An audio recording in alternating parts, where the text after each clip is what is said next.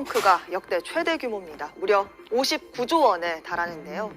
여기엔 기업이 내는 법인세나 부동산 같은 자산 팔 때 내는 세금인 양도소득세가 큰 폭으로 줄어든 영향이 큽니다. 그런데 이런 세금들이 덜 거칠 동안 직장인, 월급쟁이들 지갑에서 나가는 근로소득세는 더 많이 거쳤다고 하는데요. 구체적으로 따져보면 올해 7월까지 거친 근로소득세는 37조 원입니다. 지난해보다 1,000억 원이 늘었습니다. 반면 다른 세목들은 쪼그라들었습니다. 이 법인세는 36%, 양도소득세는 53% 급감했고 부가세 등 대부분 세목이 큰 폭으로 쪼그라들었습니다. 근로소득세 규모만 나홀로 커진 겁니다. 7월 한 달만 따져봐도 근로소득세 규모가 지난해에 비교해 2,000억 원이나 늘었습니다. 만약 이런 추세가 이어지면 올해 말 근로소득세는 지난해보다 1조 원 이상 증가할 거란 전망도 나옵니다. 이런 현상에 정부가 대기업과 자산가의 세금은 깎아주는 반면 직장인에 대한 조세 부담은 과하게 지운다는 지적도 나옵니다.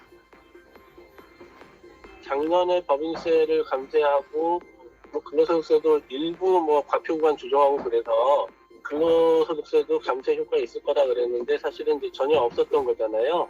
우리나라 경제가 커지면서 필요한 세수는 개인들한테 부담을 싣고 거기서 발생하는 경제적인 이익은 법인이 다 가져갔다 이렇게 볼 수 있는 거죠.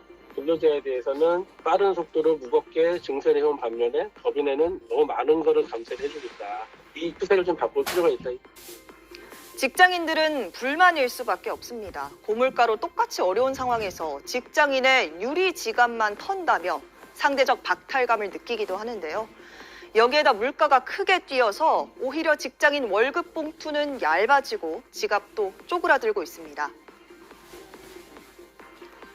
실제로 올해 상반기 실질 임금이 지난해보다 1.5% 감소했습니다.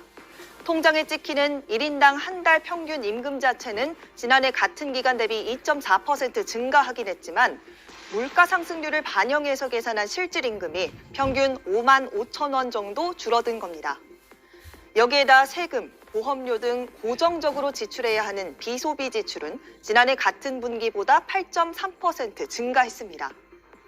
이렇다 보니 전체 소득에서 이런 비소비 지출을 빼고 실제로 가구가 자유롭게 사용할 수 있는 가처분 소득도 지난해 대비 2.8% 줄면서 2006년 이후 최대 감소폭을 보였습니다.